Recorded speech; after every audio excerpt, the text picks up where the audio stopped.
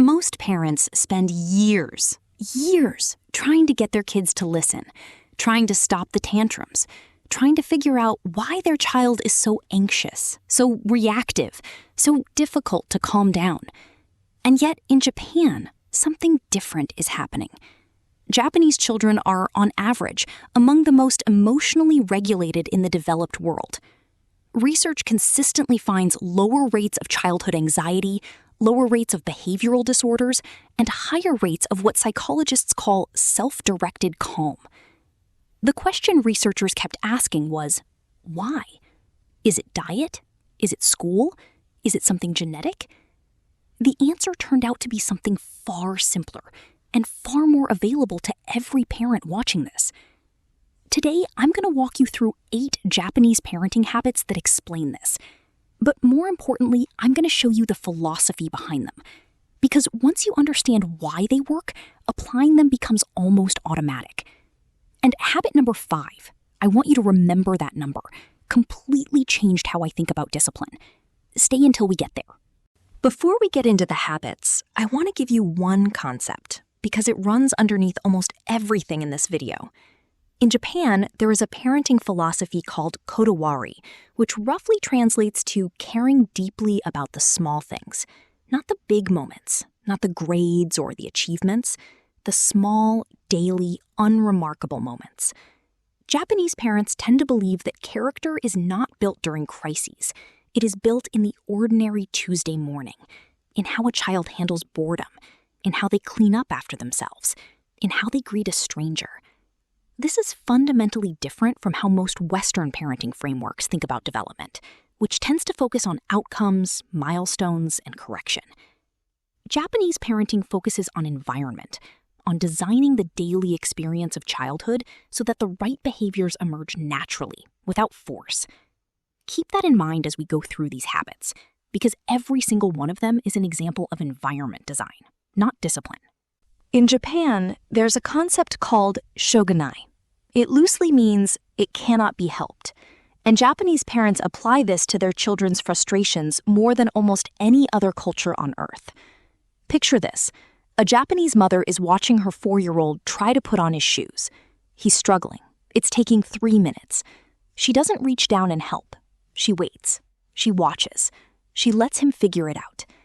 Western parenting research calls this productive struggle, and it's one of the most well-documented predictors of emotional resilience in children.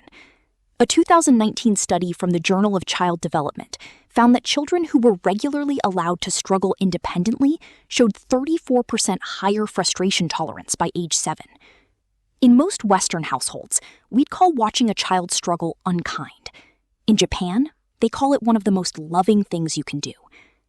You can start this today. Next time your child is frustrated with something small, a zipper, a puzzle, a jar, count to 10 before you help. Just 10 seconds. Japanese parenting has a powerful concept called Tatemae, the idea that social harmony matters enormously. And one of the most consistent findings in Japanese parenting research is this. Japanese parents almost never correct or discipline their children in front of others. Not because they ignore bad behavior, but because they understand something about shame and the developing brain. Public correction activates the threat response. It teaches a child to manage perception, not behavior. They learn to perform good behavior, not embody it. Japanese parents wait. They bring the conversation home, in private, in calm. The rule? Never correct behavior in a moment of social heat. Wait until your child is calm, you are calm, and you're somewhere private. The correction lands 10 times better. Now, this next habit surprised me the most when I first came across it, because it goes against almost everything Western parenting books will tell you. We've been taught, especially in Western parenting culture, that praise builds confidence. Great job! You're so smart. Amazing!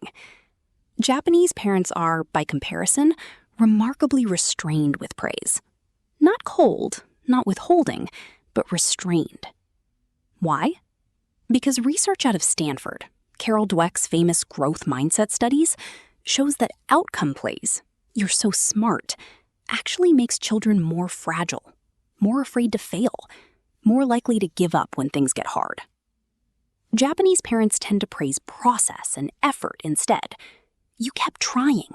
You worked hard on that. And they do so quietly, not with theatrical enthusiasm. The result is children who are internally motivated, not externally dependent. Try this. Replace great job with you kept going even when it was hard. Same warmth, completely different message. In Japan, children as young as 6 walk to school alone. By 7 or 8, many take public transit by themselves. And inside the school, there are no janitors. Students clean their own classrooms, their own hallways, their own bathrooms. This isn't neglect, it's intentional. Japanese culture believes deeply that responsibility, real responsibility, is the source of self-worth. Not praise, not achievement. The experience of being genuinely needed. Research on childhood autonomy consistently shows that children who are given meaningful responsibilities report higher self-esteem, lower anxiety, and stronger pro-social behavior than children who are simply managed and supervised. One shift. Give your child one real, non-optional household responsibility. Not a chore chart with sticker rewards. A genuine contribution to the family that nobody else does.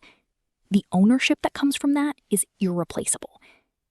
We're halfway through, and this next one is the one I teased at the start. Habit 5. This is the one I think about almost every day. In most Western discipline frameworks, the goal is compliance. The rule is the rule. If you break it, there are consequences. Japanese parenting operates from a completely different premise. The primary goal is not rule following. It is relationship. What the Japanese call Amae, a deep, secure attachment between parent and child, where the child feels utterly safe to be imperfect. Japanese parents are, in many ways, extremely warm. They hold children more. They co-sleep longer. They prioritize emotional closeness as the foundation upon which everything else is built. Here's why this matters. Neuroscience tells us that children who feel securely attached to a parent are dramatically better at self-regulation. Not because they were taught rules, but because their nervous system feels safe enough to calm down. The rule doesn't create calm. The relationship does. Japanese parents correct behavior, yes, but always from within the relationship. The message is never, you broke a rule. It's always, that's not who we are. The child's identity as a good person, as a loved member of the family, is never in question. Ask yourself, when you discipline your child, do they feel like they've lost your love, even briefly? If the answer is yes, the message you're sending may be the opposite of what you intend. Japanese families spend more time in nature than almost any comparable country. There is a cultural practice called Shinrin-yoku, forest bathing, which simply means being present in nature without a goal. No hiking target, no phone, just presence. And it works. A 2020 study in Frontiers in Psychology found that children who spend regular, unstructured time in nature show significantly lower cortisol levels, the stress hormone, and measurably better attention regulation than children who don't. Japanese parents don't frame this as educational. They don't treat it as an activity. It's simply part of life. Rain, mud, cold, these are not problems to be solved. They are part of childhood. Simple practice, 20 minutes outside, unstructured, with no screen and no agenda. Daily. The research on what this does to the developing nervous system is extraordinary. In Japan, the family meal is treated with a degree of intentionality that most Western families have largely abandoned. Phones are absent, the television is off. Children are expected to sit, to eat what is served, and to participate in conversation. But more than that, meals in Japan are an act of gratitude. Before eating, the phrase Itadakimasu is said. It translates roughly to, I humbly receive, acknowledging the labor, the life, and the effort that went into the food. This daily ritual of gratitude has profound psychological effects. Studies on gratitude practice in children consistently show lower rates of anxiety, higher pro-social behavior, and stronger family attachment. One step. Start dinner with a single moment of acknowledgement. It doesn't have to be religious or formal. Let's take a second to be grateful for this. That's enough. The final habit is the most fundamental and the most obvious in Japanese parenting culture, even though it's the one most often ignored everywhere else. Japanese parents do not tell children how to behave. They show them. They model patience, they model effort, they model how to greet someone respectfully, how to clean up without being asked, how to sit with discomfort. The Japanese have a word, shuhari, which describes how skill is transmitted. First you follow, then you break away, then you transcend. The foundation is always imitation, always watching. Your child is watching everything you do, every response you have to stress, every interaction with a stranger, every moment you choose patience over frustration, or don't. The most important question, what are you modeling right now? Here's what I want to leave you with. All 8 of these habits point to the same underlying truth. Japanese parenting is not about controlling children. It is about designing a life that makes good character the natural outcome. No screaming, no elaborate reward systems, no constant correction. Just an environment, a relationship, a set of daily rituals that quietly, invisibly shapes who a child becomes. And the beautiful thing? None of this requires money. None of it requires a different school, a different city, a different life. It requires only attention to the small things, to the ordinary Tuesday morning. Kodawari, caring deeply about the small things. That is the whole philosophy. That is everything. I want to ask you one question before you go. Which one of these habits do you want to try first? Drop the number in the comments. I read every single one, and I genuinely love to know. And if this video resonated with you, I made one that goes deep on Japanese morning habits, how Japanese families start their day, and what the research says about why it works so well. It pairs perfectly with this one. It's right up there.